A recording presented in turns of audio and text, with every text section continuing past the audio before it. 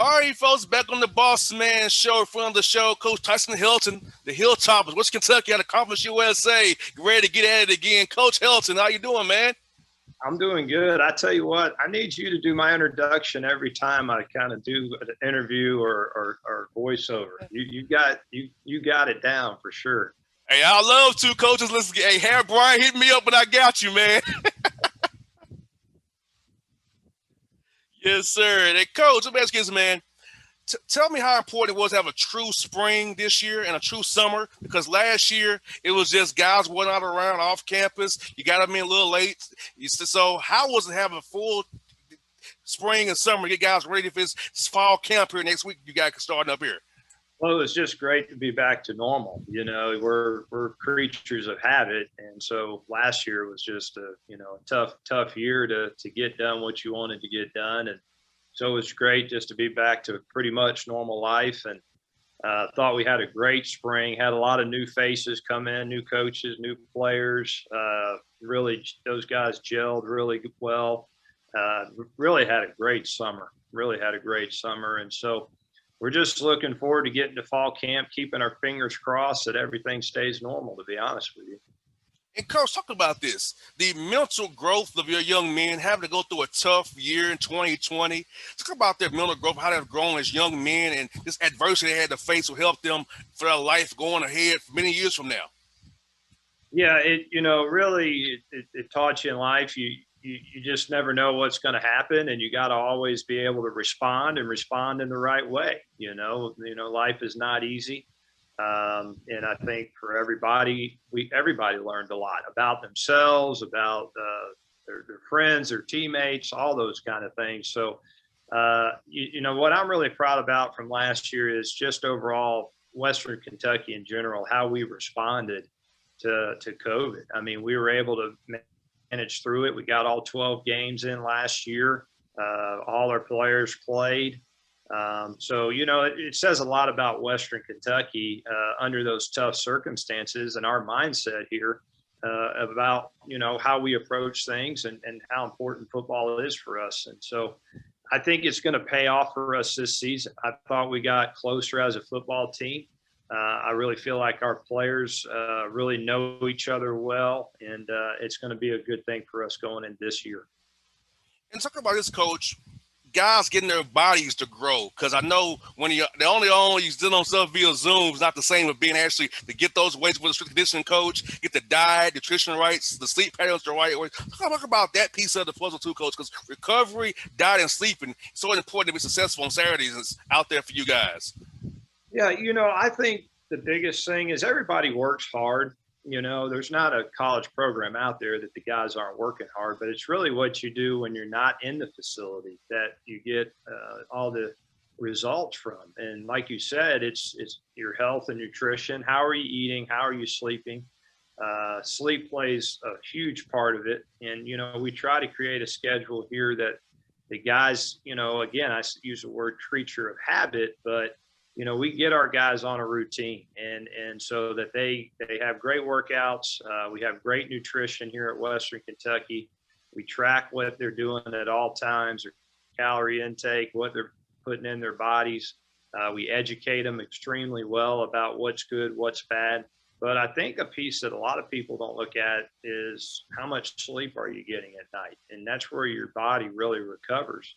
And so I think our strength staff, our training staff does a great job with that element, making sure our guys do what they're supposed to do. And we've seen great results over spring and summer. We're as big a football team and as strong a football team as we've ever been right now. And Coach, you know what's so great about that, Coach, is because a lot of guys don't understand this. Our fans don't get this, that strength conditioning coach is so important, and that training staff is so important to keeping your guys in one piece. Because in football, we know you play hard, injuries are going to happen. So if you're putting all the work before you get on that field, it'll help you recover. It'll keep those guys in one piece, because you need to go on the field to play hard for you. So I talk about the importance of having a good training staff and a good strength conditioning program to make sure your guys are always going to be good. Injuries that are not too serious, but kind of like it's going to be good. I think probably the most important hire that you're going to make outside of who are your two offense and defense and special teams coordinator, those three spots, who is your head strength coach?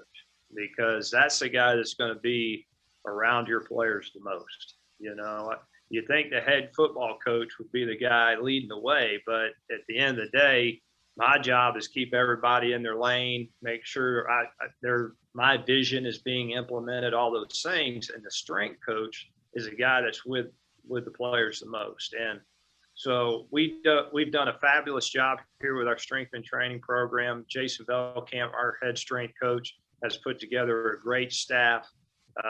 Like I said before, our guys have totally bought in to how we train.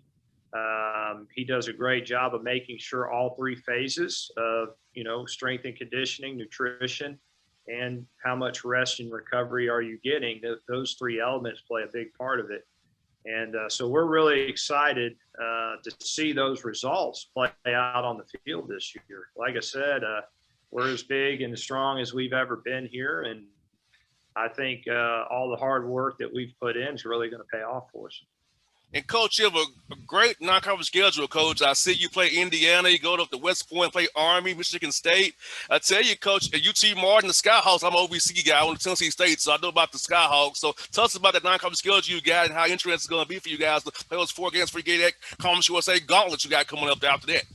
Yeah, well, you can't say we're not scared. I mean, we definitely got a challenging schedule early in the season, but our saying around here, if you want to be the best, you got to beat the best. And, we get to play, the game I'm excited about, we'll play UT Martin at home. It's a Thursday night game, first home game. The fans will all be out. Stands will be full. It'll be exciting to be back to regular college atmosphere. But the one I'm really excited about, we get to play in the 20-year anniversary of September 11th up at Army. And that is a great place to play, great tradition, fabulous football team. They are a tough football team to beat, but it's a great place to go play. So we'll be excited about that game. We come back home and play Indiana, which is great, a really good football team. They'll probably be ranked in the top 15 when we play them.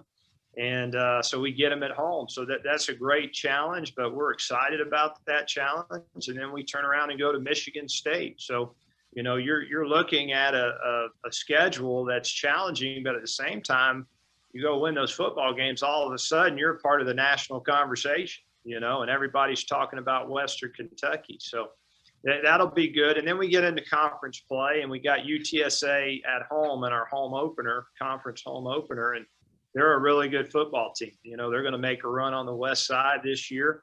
And so it'll be another big challenge for us. But we're excited about how the schedule sets up this year for us. And, Coach, if you could, give us some key guys on offense, defensive, so we can kind of keep our eye on, because about the fans here want to keep up with you guys. They want me to ask you that, key guys that look out for an offense defense for us. Yeah, well, defensively, I tell you, that's kind of been our strong suit the past couple of years. I think we'll have another strong defense, and we've got a lot of guys from your neck of the woods, out of Atlanta area. You think of our leader, D'Angelo Malone. D'Angelo we're expecting big things out of. Hopefully he has another great year and ends up being a high draft pick. So we're excited about him. On the other side, our other defensive end, Juwan Jones, been a tremendous player for us, is another leader for us. Back in the back end, you have Antoine Kincaid, who's kind of our team captain in the back end back there. He's been a really, really good player for us. And then we added some new faces. We get a Mike Allen who transferred in from Wake Forest that's going to play D-line. He's from your backyard again, and so defensively, we think we had the pieces there to be strong again. Really excited about the offense. A lot of new faces, tweaking the offense a little bit, a little more up-tempo, trying to get some more snaps there. Added a new quarterback, Bailey Zappi, who transferred in from HBU. Bailey's done a great job so far. We're excited to see him play. Got a couple transfer wideouts that we really, really like. That'll be some new faces for us. And I tell you, the guy I'm excited to see this year is Dayton Wade. Dayton Wade has been a slot receiver for us. Has kind of waited his time. I think this is going to be a good year for him. So, we're looking for a lot of big things out of a lot of new faces this year. And Coach, tell me about the recruiting piece, because the transfer portal in basketball and football has been jumping, man. So tell me about how's it help you guys going forward, because I feel like Western Kentucky is a national brand. Even in Atlanta, we know about WKU, the Hilltoppers. So for me, it's a national brand. So Conference USA, it's a great conference. So tell us about how that portal has been treating you guys so far, how you're going to target it going forward to build your team out as you find where you need needs to plug holes here and there. Well, I've embraced it. Right when there was even talk of there being a one-time transfer rule, before it ever passed, I was looking forward to that opportunity. I think it helps college football. I think it's nothing more than free agency. What I like about it and what I have found out about it is if you play your cards right, you got to have balance. You got to have balance between signing a young player out of high school, developing that player. I think that's really, really important. But it also allows you to fill your immediate needs with a really good player. You may get a guy who he was trying to buy his time. Maybe he's got a first-round draft pick in front of him, and he's a good player, and he just wants to play. And all of a sudden, you're getting a player who you might not have got early on. And so I think we've done a really good job of navigating that. I've got a ton of transfer guys this past signing class just because of COVID, because we couldn't go out and see players and evaluate players. So I would rather watch the film and know the competition level this young man is playing at, be able to pick up the phone, call a coach, say, hey, tell me about this guy, and know what you're getting.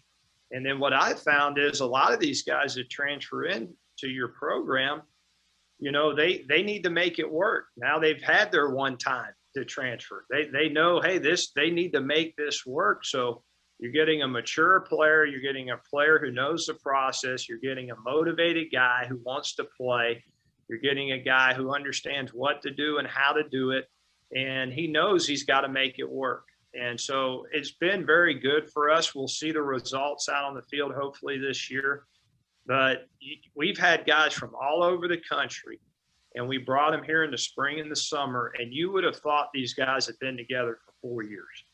That's how tight-knit a group we have, because our staff has done a fantastic job of getting the right fit, the right guys for us, good high-character guys who football is extremely important, that want to win and want to play. And so moving forward, I think it's going to be a really good thing for us. But with that being said, you always are going to have balance between a young developmental player, which at a place like Western Kentucky, I think we'll get even more talented young players now, because the guy that might have been a lower level late signee guy for maybe a top tier SEC, they may pass that guy because they may look in the portal and say, hey, let's go take this transfer guy. So now all of a sudden, that guy that needs 2 years to develop, we're getting that guy, and you got a heck of a football player in 2 years. So I really like the balance piece of it. And so I'm looking forward to seeing how this thing plays out with our season, because I really think we hit a home run on a lot of these guys. Well, Coach, I'll do my part of sending guys your way, because I like WKU. I like Bowling Green, Kentucky. I have family up there, so I'm all good sending guys up to WKU, because you all recruit Atlanta very well. I got a lot of guys on the roster from Atlanta. So in honor of Dayton Wade, who I'm going to talk to next, tell me, Coach, your favorite food spot in ATL, man, when you come to town to recruit, and that's visit. And you hit me up. There's way too many good places. I'm trying to think of one right now. I'm more of a main chain food guy, Oh, okay. So I do love a good meat and three, but I tell you this, tell me your favorite spot. Let me see if I've been there. What's your favorite spot? 6 Feet Under. The name is terrible, Coach, but it has great seafood. 6 Feet Under. Okay. I love me that good catfish platter, the home style chips, the hush puppies, and the lemonade is, Coach, you'll die for that lemonade. Better than Chick-fil-A. I'm telling you. It's better than Chick-fil-A, Coach. And 10 Lizzie's. You pick any 3 tacos any way you want them for $10. Oh, That sounds good. I haven't been at both those places, but my biggest thing, if I'm going to, if you said, hey, what are you looking for? I'm looking for a meat and three type place. I'm looking for I'm a big fried chicken. I'm a big catfish platter. And you got to have all the vegetable sides. I mean, the fried okra, the turnip greens, the green beans, the white beans, the mashed potatoes. I like all the sides. So and the yams too, Coach. Candy yams with the marshmallows. yeah, Can't forget the yams and sweet potatoes now. Can't forget those, man. yeah, you got to have cornbread. You got to have all the fixings. So I'm right there with you. Gosh, you got me hungry. You got me hungry talking about all this food. Coach, next time you come to Atlanta, man, let me know. Now we'll take you to some good soul food spots. Get you what you need, Coach. I got you, man. Anyway, Atlanta food wise, I got you. They sponsor my show, so trust me, I get all kind of free food. They sponsor the show, man. I'll be ready. Hey, with all this NIL stuff, I want to be sponsored by a good place to eat. That's what I'm looking for. I've been joking with my old lineman. I said, y'all got to find you a good place to be sponsor you to go eat. They said, we're working on it, Coach. We're working on it. So. Yes, indeed. But Coach Helton, thank you for your time today. Best of luck to you this season. Hope to see you this season. I'll come up there and see you guys play up there at your stadium or the MTSU maybe if it works out schedule-wise for me. So I'm looking for cheering for you guys, Coach. I love talking to you as well, man. Yeah, it's great to get a chance to talk again. I'm really glad we didn't get to do this last year, so I'm glad we got to do it this year. Really appreciate everything you do there, man. You're awesome. Thanks, Coach, for your time, buddy. You be safe, man. All right, we'll see you. Bye-bye. All right, now.